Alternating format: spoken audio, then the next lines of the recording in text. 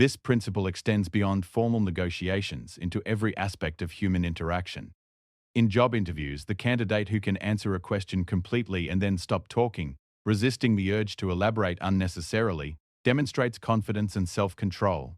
In sales situations, the salesperson who can present their offer and then remain silent, allowing the prospect to process the information without additional pressure, often achieves better results than their more talkative competitors.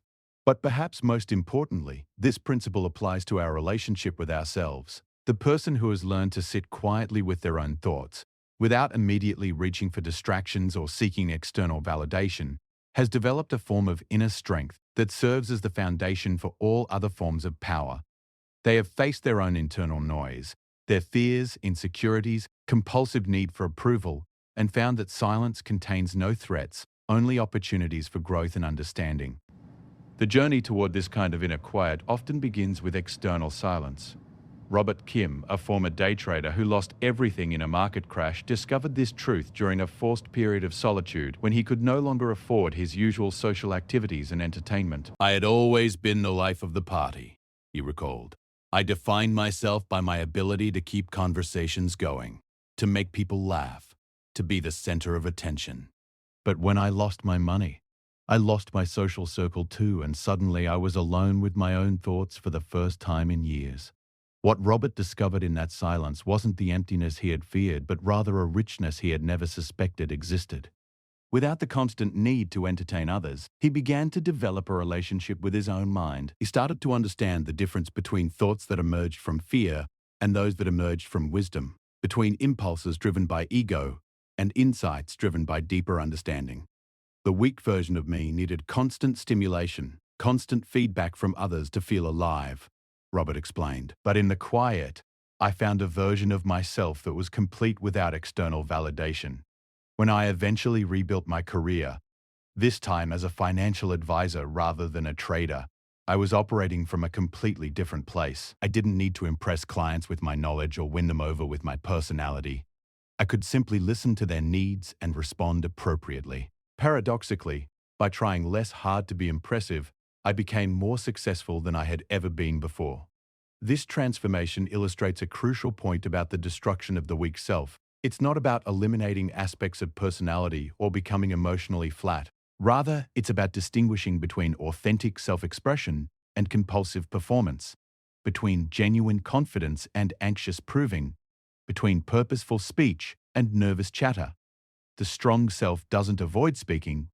It chooses when to speak. It doesn't fear interaction. It engages from a place of choice rather than compulsion. It doesn't hide in silence.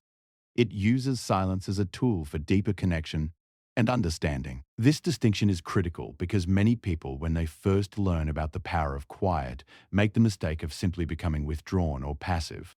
But true quiet power is active, intentional, strategic. Dr. Amanda Foster, a communication researcher who has spent her career studying power dynamics in various social contexts, puts it this way: effective silence is never empty. It's full of awareness, intention, and choice. The person wielding quiet power isn't avoiding engagement. They're engaging more skillfully. They're not hiding their thoughts. They're choosing which thoughts are worth sharing and when sharing them will be most effective. This skillful engagement becomes particularly apparent in leadership contexts. Traditional models of leadership often emphasize the importance of vision casting, motivational speaking, and constant communication with team members. But emerging research suggests that the most effective leaders are often those who speak less but listen more, who create space for others to contribute rather than dominating conversations, who use their words sparingly but strategically. Jennifer Walsh experienced this firsthand when she was promoted to head a dysfunctional department at a major consulting firm. Her predecessor had been a charismatic speaker, someone who commanded attention and could motivate people with inspiring speeches. But under his leadership, the department had developed a culture of competition and conflict, with team members more focused on impressing the boss than on collaborating effectively. Jennifer's natural inclination toward quiet observation initially seemed like a disadvantage. She wasn't comfortable giving rousing speeches or dominating meetings with her presence. But as she settled into the role, she began to realize that her tendency to listen more than she spoke was actually transforming the team dynamics. Without a dominating personality at the center, team members began to engage more directly with each other. Ideas that had been suppressed in favor of pleasing the previous boss began to surface. Collaboration increased as people felt heard rather than judged. I learned that sometimes the most powerful thing a leader can do is create space for others to step into their own power, Jennifer reflected. When I stopped trying to be the smartest person in the room and instead focused on helping others share their intelligence, the entire department transformed. Our productivity increased, our client satisfaction scores improved, and our employee retention went up significantly. This transformation didn't happen overnight, and it wasn't without challenges.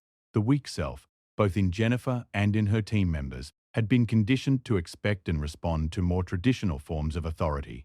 Some team members initially interpreted her quieter style as weakness or indecision. She had to learn to communicate her expectations clearly, while still maintaining space for others to contribute.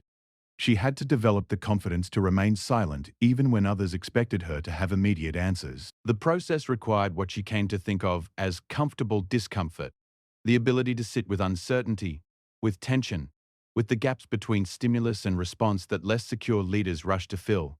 This tolerance for discomfort is perhaps the most challenging aspect of developing quiet power, because it goes against many of our conditioned responses to social situations. From childhood, most of us are taught that silence equals absence. Absence of knowledge, absence of interest, absence of value. We're encouraged to participate in class discussions, to speak up, to make our presence known. While these lessons have value in certain contexts, they can become problematic when they develop into compulsive behavior patterns that persist into adulthood. The weak self carries these childhood lessons into adult situations where different skills are required. It speaks up not because it has something valuable to contribute, but because it needs to prove its relevance. It offers opinions not because they've been carefully considered, but because silence feels dangerous. It interrupts conversations not because the timing is appropriate, but because waiting feels like losing. Breaking these patterns requires a fundamental shift in how we understand our relationship to others and to our environment. Instead of seeing every interaction as a competition for attention and validation, we begin to see them as opportunities for genuine exchange and mutual benefit. Instead of measuring our value by our verbal output, we begin to measure it by the quality of our presence and the appropriateness of our contributions.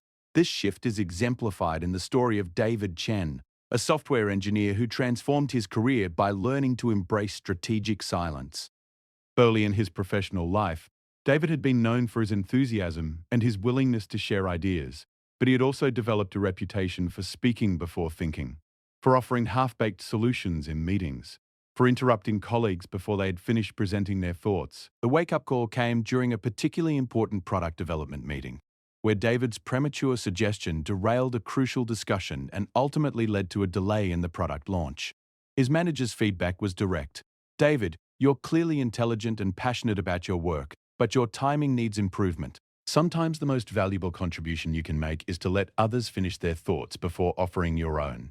This feedback stung, but it also opened David's eyes to patterns he hadn't recognized. He began to pay attention to his own behavior in meetings, noticing how often he spoke from anxiety rather than insight, how frequently he interrupted others, how rarely he allowed full pauses for reflection. He started experimenting with what he called strategic silence, deliberately waiting before responding, asking clarifying questions instead of immediately offering solutions, creating space for quieter team members to contribute. The results were dramatic.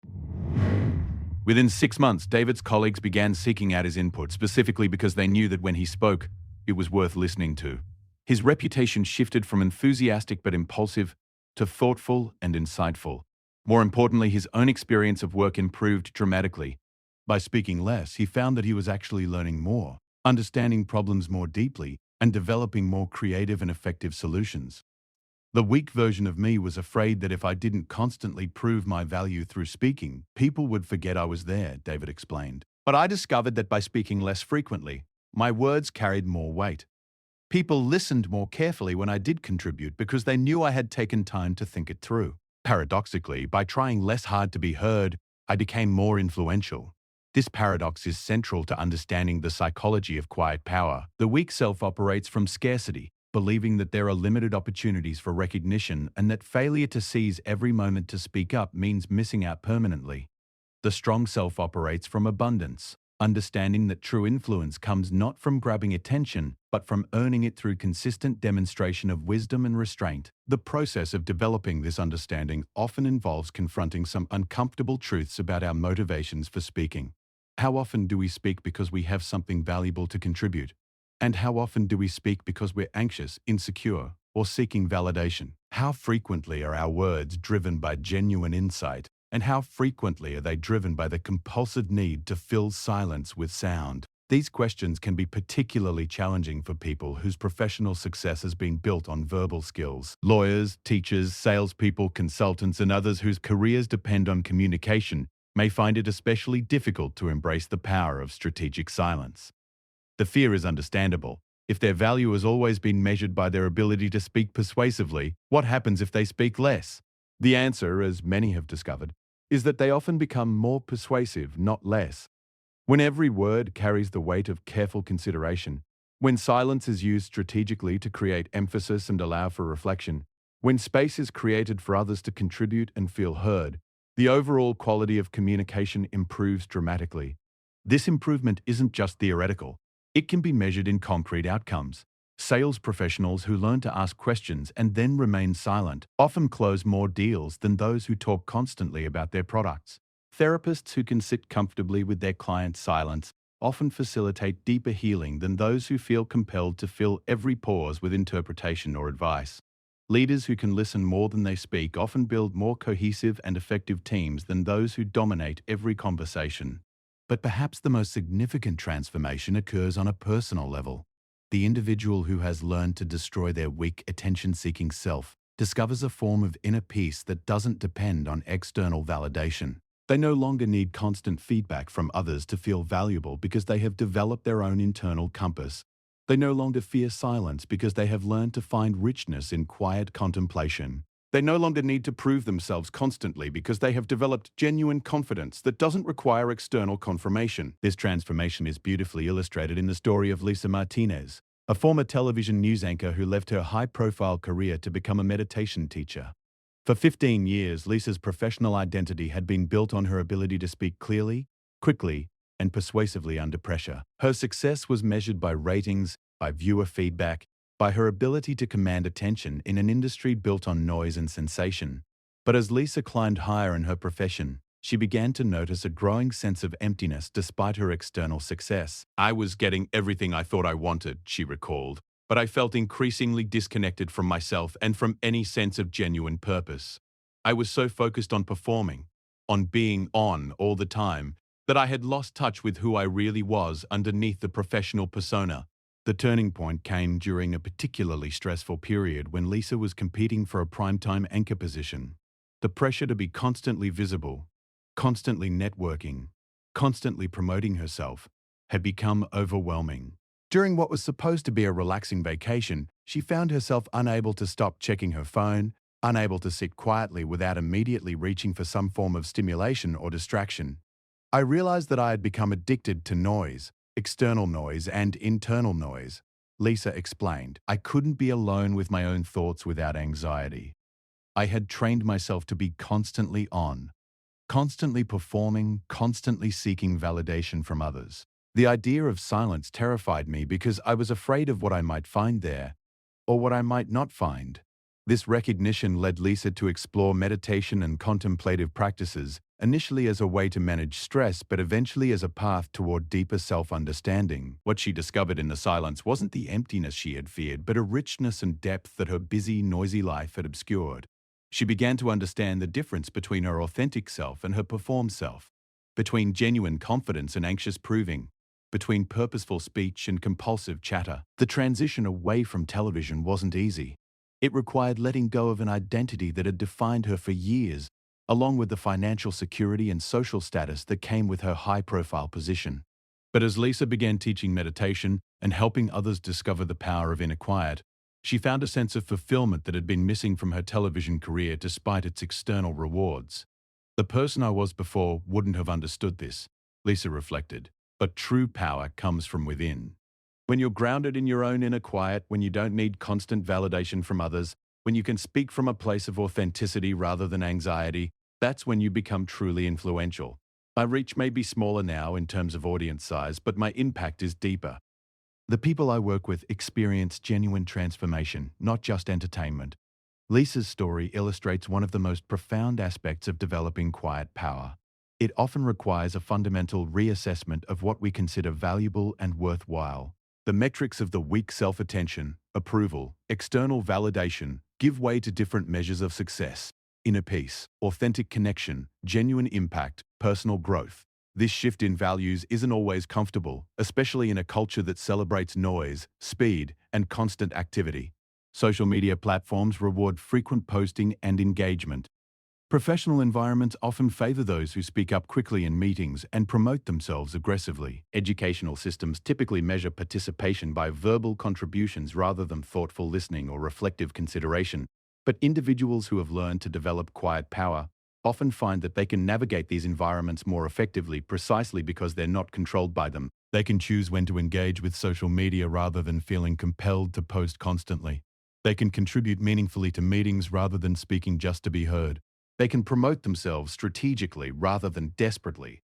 This strategic approach to self-promotion is exemplified in the career of Michael Torres, an architect who built an internationally recognized practice by embracing principles of quiet influence. Early in his career, Michael had tried to follow the conventional wisdom about professional networking, attending every industry event, speaking at conferences whenever possible, maintaining a constant presence on professional social media platforms. But despite his efforts, Michael found that his practice wasn't growing as quickly as he had hoped. Worse, the constant self-promotion felt exhausting and inauthentic.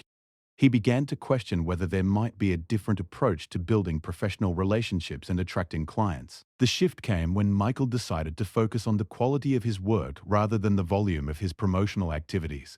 Instead of attending every networking event, he became more selective, choosing only those gatherings where he could have meaningful conversations with people whose work he genuinely respected. Instead of posting daily updates on social media, he shared his thoughts only when he had something substantive to contribute. Instead of pursuing every speaking opportunity, he accepted only those invitations where he could share insights that emerged from his actual experience, rather than generic industry advice. The results surprised him. By speaking less frequently, his words carried more weight when he did speak. By posting less often on social media, his posts received more engagement because people knew they would be worth reading. By being more selective about networking events, he developed deeper relationships with fewer people rather than superficial connections with many. I learned that attention is not the same as influence, Michael explained. The weak version of me was constantly trying to get noticed, to prove my expertise, to convince people of my value. But the more I chased attention, the less influential I became. When I stopped chasing and started focusing on doing genuinely excellent work, the attention came naturally. More importantly, it was the right kind of attention, from people who were actually interested in what I could offer, rather than just impressed by my promotional efforts. This distinction between attention and influence is crucial for understanding the psychology of quiet power. The weak self confuses visibility with value, noise with significance, frequency with impact. It operates from the assumption that being heard is the same as being understood, that being noticed is the same as being respected, that being busy is the same as being productive. The strong self, by contrast, understands that true influence operates through different channels. It recognizes that depth often matters more than breadth, that consistency often matters more than frequency, that authenticity often matters more than polish. It seeks to understand before seeking to be understood, to serve before seeking to be served, to contribute before seeking to be credited. This approach requires a fundamental shift in how we measure our own success and progress. Instead of counting how many times we speak in meetings, we begin to notice the quality of our contributions and their impact on the outcomes. In the sprawling metropolis of human interaction, where voices compete for attention like vendors in a crowded marketplace, there exists a profound truth that most never discover. The greatest power often lies not in what we say, but in what we choose not to say. This is the story of silence, not the silence of the meek or the defeated, but the deliberate, calculated quietude of those who have learned to wield it as their most potent weapon. The corporate boardroom fell silent as Marcus Chen entered, his presence commanding attention without uttering a single word. 23 years of climbing the corporate ladder had taught him something his MBA never could: that in a world obsessed with noise, Silence had become the ultimate currency. While his colleagues fought for speaking time in meetings, their voices overlapping in desperate attempts to be heard, Marcus had discovered that his moments of thoughtful pause carried more weight than all their combined chatter. This discovery hadn't come easily. Like most ambitious professionals, Marcus had once believed that success meant being the loudest voice in the room, the first to speak, the last to stop talking. But failure, that cruel yet effective teacher, had shown him otherwise. 3 years ago, during a critical presentation to potential investors, his excessive verbal enthusiasm had cost his company a multi-million-dollar deal. The investors later confided that his constant talking had made him seem desperate, uncertain, compensating for something lacking in his proposal. That night, as Marcus sat alone in his apartment, the weight of his failure pressing down like a physical force, he began to understand something fundamental about human psychology. People trusted confidence, and true confidence didn't need to announce itself constantly. It believes that constant self-assertion is necessary for survival in a competitive world. It sees silence as dangerous because silence could be interpreted as absence, and absence could lead to being left behind or left out. But the strong self has learned to distinguish between healthy invisibility and unhealthy self-neglect. There's a difference between choosing not to speak because you have nothing valuable to contribute and remaining silent because you're afraid of judgment. There's a difference between strategic patience that allows for better timing and passive avoidance that stems from insecurity. There's a difference between confident restraint that comes from inner security and anxious withdrawal that comes from fear. This distinction became clear to Angela Reeves during her transformation from an anxious middle manager to a respected executive coach. Early in her career, Angela had struggled with what she called imposter syndrome, the persistent feeling that she didn't belong in professional settings and that others would eventually discover that she wasn't as competent as she appeared to be. This anxiety manifested in compulsive speaking, as if constant verbal contribution could prove her value and forestall the discovery of her supposed inadequacy. I talked too much in meetings because I was afraid that if I didn't prove my intelligence constantly, people would realize I didn't deserve to be there, Angela recalled. But the more I talked, the more anxious I became, and the less effective my contributions were. I was caught in a vicious cycle where my fear of being seen as incompetent was actually making me appear incompetent. The breakthrough came when Angela's mentor suggested that she try an experiment. For 1 month, she would limit herself to asking questions in meetings rather than offering opinions or solutions. At first, this felt terrifying. How could she prove her value if she wasn't demonstrating her knowledge and problem-solving abilities? But as the experiment progressed, Angela began to notice something remarkable. Her carefully crafted questions often led to insights that no one, including herself, had previously considered. By listening more carefully and asking more thoughtfully, she was actually contributing more value than she had through her previous pattern of rapid-fire suggestions and analyses. I realized that my questions were often more valuable than my answers, Angela explained. A good question could unlock insights in others that moved the entire team forward.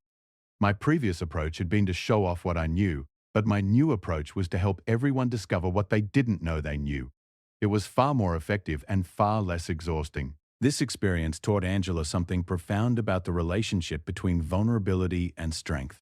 By admitting that she didn't have all the answers, indeed, by making that admission the foundation of her contribution style, she had actually become more influential than when she had tried to appear omniscient. Her questions demonstrated wisdom, her listening showed respect for others, and her strategic silence created space for collective insight to emerge. The transformation wasn't just professional, but personal. As Angela became more comfortable with not knowing, with not having immediate answers, with allowing uncertainty to exist without rushing to resolve it, she found that her overall anxiety decreased significantly. The compulsive need to prove herself gradually gave way to genuine curiosity about others and about the problems they were trying to solve together. The weak version of me was so focused on protecting my image that I couldn't actually be helpful, Angela reflected. But when I stopped trying to look smart and started trying to be useful, everything changed. People began seeking my input not because I had all the answers, but because I asked questions that helped them find their own answers. That's a much more sustainable and satisfying way to add value. This shift from trying to appear competent to actually being helpful illustrates one of the most important aspects of destroying the weak self. It requires moving beyond ego-driven motivations toward more authentic forms of contribution. The weak self is primarily concerned with how it appears to others, with maintaining and enhancing its image, with getting credit and recognition for its contributions. The strong self is primarily concerned with creating value, solving problems, and facilitating growth for itself and for others. This distinction becomes particularly important in leadership roles, where the temptation to maintain an image of infallibility can actually undermine effectiveness.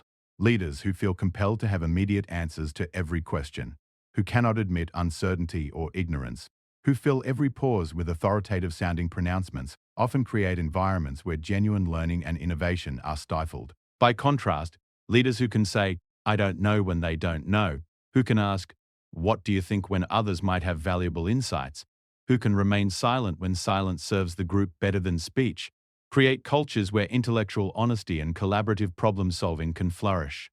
This approach requires immense inner security because it involves voluntarily relinquishing some of the traditional markers of authority and control. It means being willing to be wrong, to learn publicly, to let others receive credit for insights and solutions. For leaders whose sense of self has been built on being the smartest person in the room, this transition can feel like professional suicide, but as many have discovered, the opposite is often true. Leaders who can model intellectual humility, who can demonstrate comfort with uncertainty, who can create psychological safety for others to contribute their best thinking, often achieve far better results than those who rely on traditional command and control approaches. The story of Thomas Anderson illustrates this principle beautifully. As the CEO of a mid-sized technology company, Thomas had built his reputation on his ability to make quick decisions, provide clear direction, and project confidence even in uncertain situations. His leadership style had served him well during the company's startup phase, when rapid decision-making and clear authority were essential for survival and growth. But as the company matured and the challenges became more complex, Thomas began to notice that his traditional approach was becoming less effective. The problems they were facing required insights from multiple perspectives, and the pace of change in their industry meant that no single person, regardless of experience, could possibly have all the answers needed for optimal decision-making. The recognition that his leadership style needed to evolve came during a particularly challenging product development cycle. Despite his strong opinions about the direction they should take, the project was struggling, deadlines were being missed, and team morale was declining. During a heated strategy meeting, one of his most experienced engineers made a comment that stopped Thomas short. "I have some ideas that might help, but I don't think you're really interested in hearing them." This feedback forced Thomas to confront an uncomfortable truth. His confidence and decisiveness, while valuable in many situations, had created an environment where others felt their contributions were neither sought nor valued. His strength had become a weakness. His asset had become a liability. The transformation that followed wasn't easy. Thomas had to learn to lead through questions rather than statements, to create space for others to contribute rather than dominating discussions, to remain comfortable with uncertainty while others processed complex information and developed their own insights. "It felt like learning to lead with one hand tied behind my back," Thomas admitted. "I had always been the person with the answers, the one who could cut through confusion and provide clarity. But I learned that sometimes the most powerful thing a leader can do is create space for the best answer to emerge, even if you're not the one who provides it." The results spoke for themselves. Product development cycles became more efficient as team members contributed insights that Thomas would never have considered. Employee engagement scores increased as people felt their expertise was valued and utilized. Innovation accelerated as diverse perspectives were brought to bear on complex challenges. More importantly for Thomas personally, his relationship with leadership transformed from a burden of constant performance to a collaborative exploration of possibility. Instead of feeling the pressure to have all the answers, he found fulfillment in helping his team discover answers together. Instead of carrying the weight of every decision alone, he learned to distribute both responsibility and authority in ways that empowered others while improving outcomes. "The weak version of me needed to be the hero of every story," Thomas reflected. "But I learned that the most heroic thing a leader can do is help others become heroes. When you stop trying to be the smartest person in the room and start focusing on making the room smarter, everyone benefits, including you." This evolution from individual heroism to collective intelligence represents one of the most sophisticated applications of quiet power. It requires not just personal restraint and strategic silence, but the ability to orchestrate environments where the best ideas can emerge regardless of their source. It demands the security to let others shine, the wisdom to know when to speak, and when to listen. The patience to allow processes to unfold at their natural pace. The destruction of the weak self in this context means abandoning the need to be the central figure in every narrative, the source of every solution, the recipient of every acknowledgement. It means finding satisfaction in facilitation rather than domination, in enabling rather than controlling, in empowering rather than impressing. This shift is particularly challenging in cultures that celebrate individual achievement and personal branding. The weak self thrives on recognition, on being seen as indispensable, on having its contributions clearly identified and credited. The strong self, however, understands that true security comes from being genuinely valuable rather than merely visible, from creating lasting impact rather than temporary impressions, from building systems that work rather than personal dependencies that don't.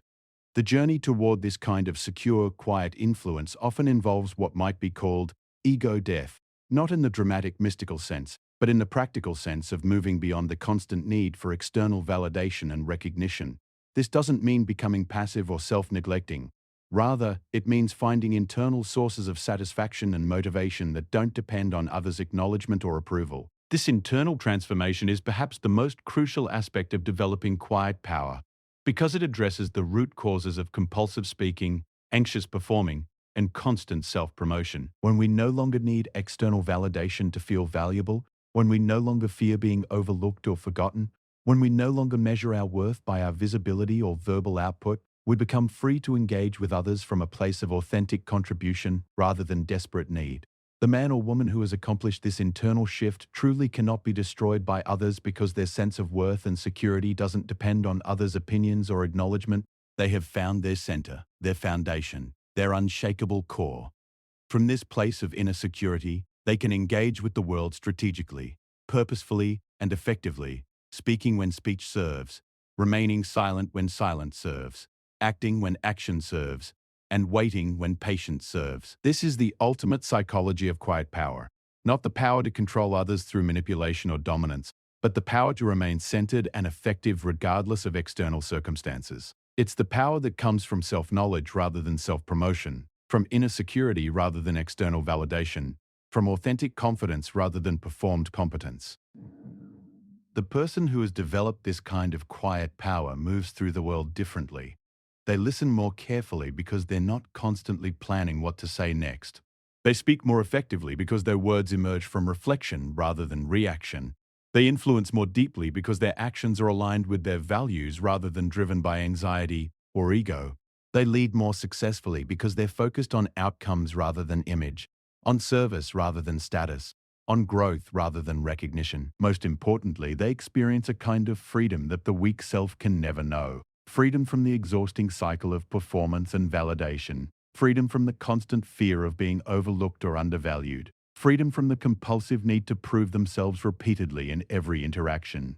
This freedom creates space for genuine curiosity about others, authentic care for shared outcomes, and natural expressions of wisdom that emerge from experience rather than from the desire to appear knowledgeable. In a world that often mistakes noise for significance, activity for progress, and visibility for value, the person who has learned to wield quiet power possesses a distinct advantage. They can see clearly while others are blinded by their own desperation for attention. They can think deeply while others are distracted by the pressure to respond immediately.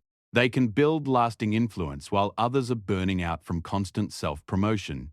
This is why silence beats words, why quiet beats noise, why restraint beats reactivity. Not because silence is inherently superior to speech, but because the person who has mastered the appropriate use of both, who knows when to speak and when not to speak, when to act and when to wait, when to lead and when to follow, has developed a form of wisdom that transcends the simplistic either/or thinking of the weak self. The weak self believes it must choose between being heard or being ignored, between asserting itself or being overlooked, between performing or disappearing. The strong self understands that these are false dichotomies, that true influence operates through more subtle and sophisticated mechanisms, that lasting impact comes from consistent alignment between inner wisdom and outer expression. This alignment cannot be faked or performed.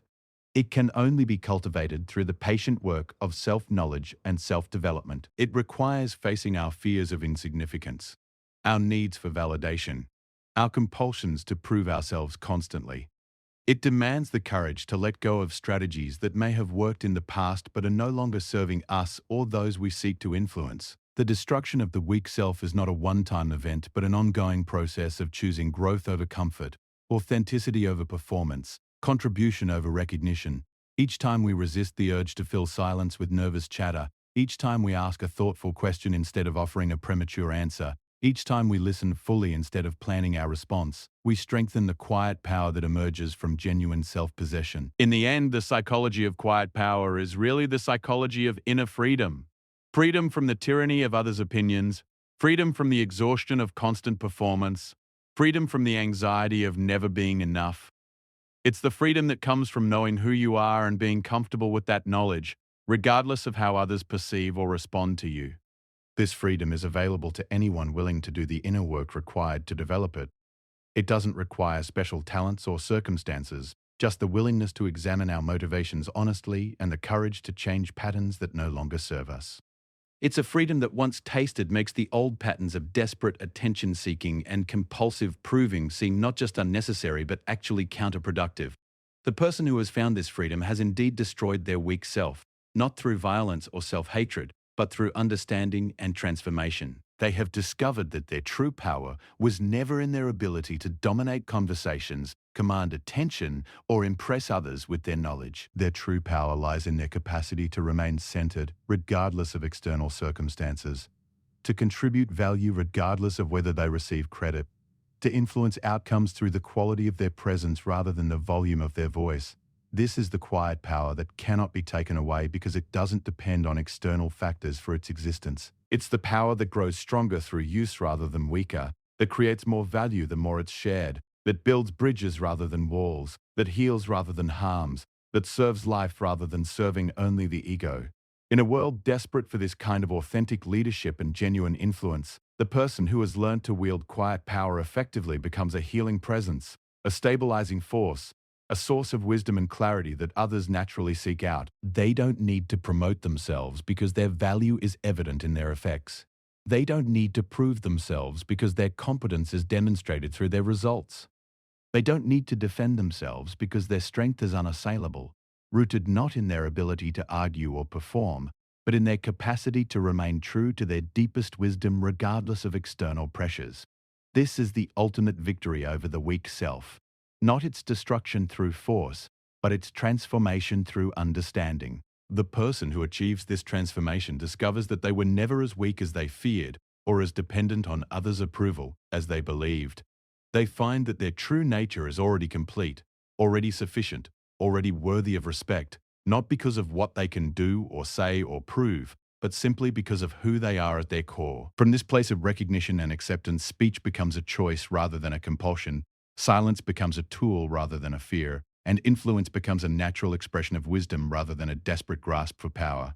This is the quiet power that changes the world, not through grand gestures or loud proclamations, but through the steady, consistent demonstration of what it looks like to be fully human, fully present, and fully alive. It existed in the spaces between words, in the measured pause before a response, in the ability to let silence work in one's favor, rather than rushing to fill every void with sound. The transformation that followed wasn't merely professional, it was psychological, spiritual even. Marcus began to study the masters of quiet power throughout history, from the Stoic philosophers who understood that wisdom often manifested in restraint, to modern leaders who commanded respect not through volume but through the careful economy of their words. He discovered that silence wasn't empty space to be filled, but rather a tool to be sharpened and wielded with precision. Dr. Sarah Williams, a behavioral psychologist studying communication patterns in high-stakes environments, had observed this phenomenon for years. Her research into the correlation between speaking frequency and perceived authority revealed startling patterns. "We've created a culture that mistakes volume for value," she noted in her groundbreaking study on executive presence. But our data consistently shows that individuals who speak less frequently, yet more deliberately, are perceived as more competent, more trustworthy, and more authoritative by their peers and subordinates alike.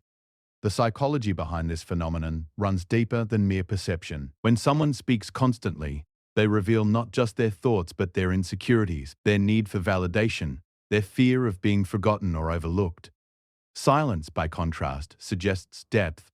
It implies that one's thoughts are valuable enough to be carefully considered before being shared with the world. It creates mystery, and humans are naturally drawn to mystery because it suggests hidden depths, untapped potential, wisdom held in reserve. Consider the dynamics of any conversation. The person who speaks first in a negotiation often reveals their position too early, giving away leverage before the game has truly begun. The person who fills every pause with nervous chatter demonstrates their discomfort with uncertainty, their inability to sit with tension and allow it to work in their favor. But the person who can remain silent, who can let others reveal themselves while maintaining their own counsel, holds the psychological high ground. This understanding extends far beyond professional environments. In personal relationships, the same principles apply with even greater force. Elena Rodriguez discovered this truth in the most painful way possible. Her marriage of 15 years had deteriorated into a cycle of arguments, accusations, and desperate attempts to be heard. Both she and her husband David had fallen into the trap of believing that love meant constant communication, that every thought and feeling needed immediate expression. The turning point came during what Elena initially thought would be just another fight about finances. David had made a sarcastic comment about her spending habits, and instead of launching into her usual defensive explanation, something inside Elena simply stopped. She looked at him, really looked at him, and said nothing. The silence that followed wasn't empty. It was pregnant with years of unspoken truths, accumulated resentments, and the recognition that their constant verbal sparring had become a substitute for genuine understanding. In that moment of quiet, David's anger deflated like a punctured balloon. Without Elena's usual counterattack to fuel his indignation, he was forced to confront what he had actually said and why he had said it. The silence created a space for reflection that their constant chatter had never allowed. For the first time in years, they began to communicate not through the weapons of words, but through the vulnerability of shared quiet. This experience led Elena to understand something profound about human relationships. We often talk not to communicate, but to avoid communicating. We fill silence with noise to prevent ourselves and others from confronting uncomfortable truths. But silence, when approached with courage rather than fear, becomes a mirror that reflects what is truly happening beneath the surface of our interactions. The weak self, that part of us that needs constant validation, that fears being forgotten, that believes our worth is measured by our verbal output, sees silence as a threat.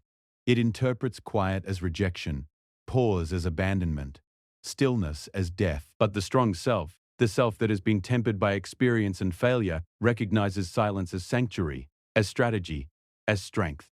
This distinction became crystalline clear to Dr.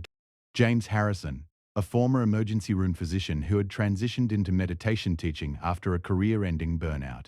In the ER, James had prided himself on his ability to communicate quickly and effectively under pressure. Life and death situations left no room for hesitation, no space for measured pauses. Every second of silence could literally mean the difference between saving a life and losing one. But when stress-related health issues forced him to step back from medicine, James found himself in a world where the opposite principles applied. In teaching meditation, he discovered that healing happened not in the rush to fix or change, but in the willingness to simply be present with what was.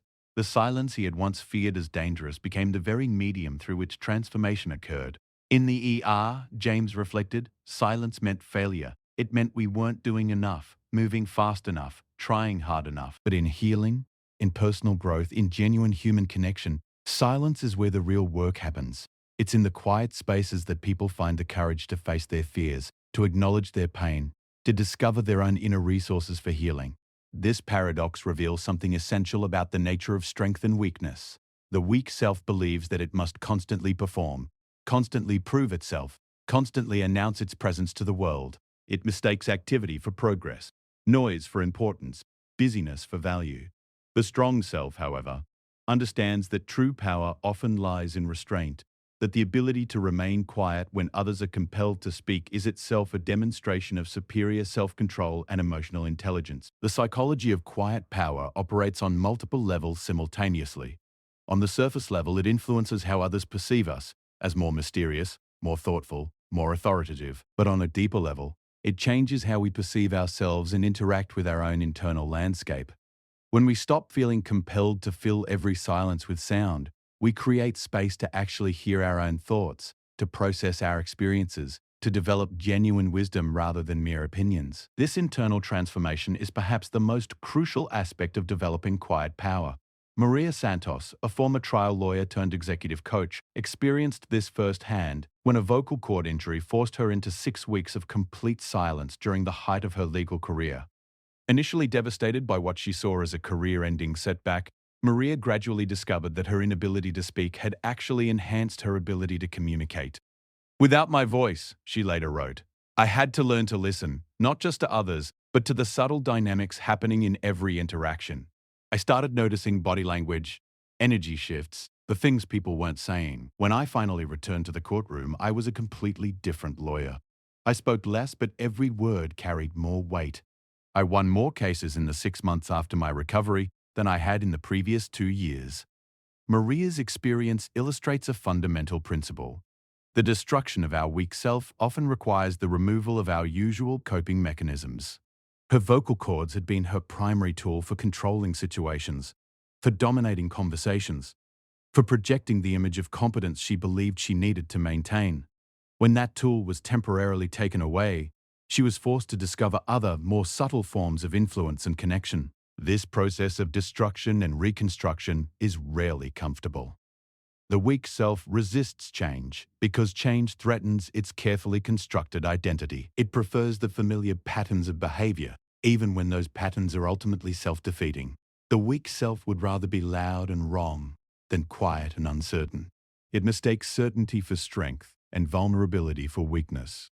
But true strength emerges only when we're willing to dismantle these false equations. The man or woman who can sit comfortably with uncertainty, who can resist the urge to fill every pause with commentary, who can allow others to reveal themselves while maintaining their own mystery. This person has developed a form of power that cannot be taken away because it doesn't depend on external validation or constant performance. Consider the dynamics at play in any high-stakes negotiation. The amateur negotiator talks too much, reveals their position too early, fills nervous silences with concessions they hadn't planned to make.